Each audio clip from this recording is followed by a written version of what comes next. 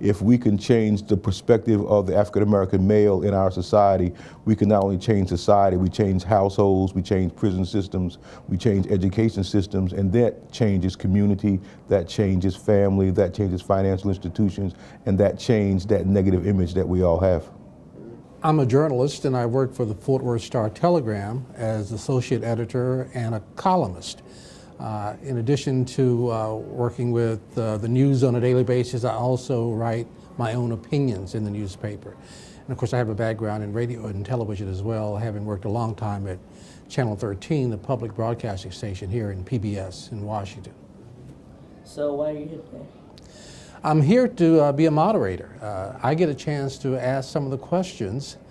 I guess somebody else will determine if they answer correctly, but that's my role today as moderator. I'm still going to have to learn what I'm supposed to do, but I'll be asking questions. So how do you feel about this being the first Academic Bowl and you getting to be here to witness it yourself? First of all, I was excited that they were even going to do it. I was even more excited when I got to this building today and I could hear the rumble. I could hear some excitement. I got inside the building and I could feel the excitement. And to see the number of young people and the young adults who are helping mentor those young people, my heart's about to burst wide open because I love to see young people, number one, who are educated, who are still learning, who are still challenging themselves, and are still interacting with adults. So I'm more excited than I ever thought I could be.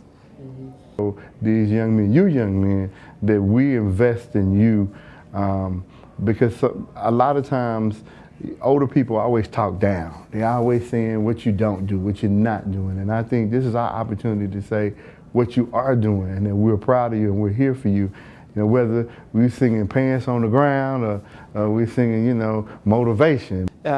There's so many people out there for whom education just is kind of automatic, and I think the real thing that concerns me about our country is there are a lot of other people maybe had no one in their family graduate from college, and they look around their neighborhoods and their friends and there aren't those people for whom college is just sort of an automatic and given. And I feel unless we reach into those communities and inspire young people to do their best and realize they can go to college too, it may not just happen automatically. And I think that's why these kinds of events, this Academic Bowl for African American males, are so important, because I hope we touch some people today that never really thought very seriously about college and realize, hey, I can do that. I'm smart enough. I look around me. I just met these college kids. They grew up just like I did. I can do that.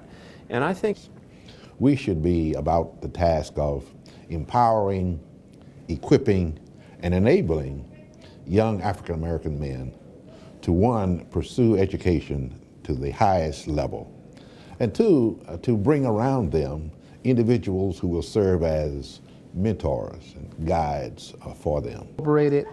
Project Still I Rise Incorporated is a youth development program, and our mission is focuses on developing leaders for tomorrow. In particularly, also within the Project Still I Rise program, we do the Project Manhood Leadership Institute, which is a community-based program effort for African American males grades 4 through 8, with the goal designed to increase the level of expectations among African American males academically, socially, and spiritually. My mission is very simple. It's really to set up a foundation for young African American males to have a sense of enthusiasm about learning. We see so much in media about negative displays of African Americans, especially African American boys within those age ranges, fights and people dying, the situation in Chicago some time ago, that we really are trying to reverse that trend and try to do something small but yet very, very noticeable in the community to help make boys more enthused about going to school, learning after school, because that's the main reason that we have this, is for peer mentoring. Having African American males over the age of 21 actually working with boys within the 4th through 7th grade age range, which are those grade ranges that we tend to not get to middle school, high school, let alone college. So we want to reach out to boys of that grade range so that they can get through and get to the next step educationally? What I attempt to do is to educate young males and educate our people of their history. And you have to understand, and I tell people, and you'd be surprised to know, that there was a time when if a slave learned to read and write, they were actually killed because they had the ability to hear and see past what the slave master taught. So I use that as inspiration to let people know that there were thousands and thousands of people that gave their lives just so a person could sit in a library and read a book or sit in a classroom and get a high school diploma. Hello, my name is David Robinson. I'm the event creator for the African American Male Academic Bowl. And one person that I would like to spotlight today is one of the coaches for one of the teams that's registered. Mr. Pugh, if you would like to introduce yourself, where you're from. My name is Will Pugh. I'm originally from Mississippi, living here in Dallas. I'm the coach for a Mentor and Brother to Brother 6th and 7th grade team. I'm a graduate of Jackson State University, as Mr. Robinson here is. And just want to say thanks to David and his team for actually putting this African American Academic Bowl together. And what is your organization? What is it that you actually do? Can you tell us a little bit about that? Okay. Mentor and Brother to Brother is an organization working with at-risk male youth from the ages of 6 to 18. We have about 35 boys in our program. We meet with them twice a month on the weekends. Taking them through different, life skills, teach them anything you think these guys will want to know. And all of them, the interesting thing about them, all of them are from single parent homes.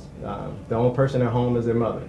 So they don't have that male role model there. So we serve as that male role model. We can show up at their schools, activities, anything you think that they would need somebody there supporting them for, we're there for them. And being that we're both from Mississippi and we're both from graduates of HBCUs, Jackson State being that, how do you relate to an event that we've created, that I've created, such as the Academic Bowl, with what you are doing with the youth, as far as trying to make it a more seamless process from getting them to where they are now and hopefully going forward to an HBCU in the future? If you were to think about it, like I said before, I'm from Mississippi. I'm from a little small town, Mississippi, probably 5,000 people from that town, where the only people that you knew that went to college were your teachers, basically. But as people in your family, things like that, you didn't see it. And one of the things that historically Black University would do for you, it provides that family nurturing environment that a lot of times these guys are not getting. You think about gangs and things like that our young men get into. They get into them because of a nurturing environment. So HBCUs provide that nurturing environment. Mentor and Brother to Brother provides that nurturing environment. The Academic Bowl here is providing a nurturing environment where they see one another doing positive things. You're going to see that, like I said, at your HBCUs, because they're majority Black. You're going to see it at the Academic Bowl. You're going to see it in a lot of our communities, majority Black. And they get comfortable with those things. And if you can get them going in a comfortable environment, and then once they get in that unfamiliar environment, all they're going to do is excel. Is there anything else that you would like to say on behalf of not only yourself, Mississippians that are going to be viewing this from across the country, and or JSU alums that are going to be viewing this as well? Is there anything that you would like to add? Oh, sure. One of the things I would like to add for all the Black adult males that are out there, we have tons and tons of male youth that are out there that don't have role models. They don't have a male in their life. They just don't have that positive influence. I encourage each and every one of them. All you have to do is mentor one. Just mentor one. In our organization, we have 30 to 35 mentees, and we only have 8 mentors.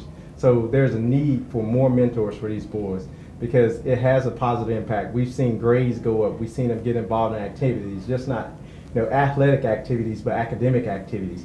So that influence, that's what we're missing in our communities, is Black males reaching out and helping these boys get to that next level. Okay. And I guess I would like to add to that a closing note.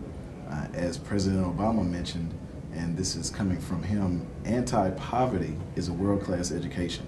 And that is what we are trying to incorporate, is a world-class education, or starting off with the foundation of supporting a world-class education for African American males, starting off at an early age, and hopefully moving forward as they matriculate through college and beyond. So on behalf of myself, the event creator of the Academic Bowl, and the steering committee, and everyone else, we would like to thank you for helping participate in this inaugural event.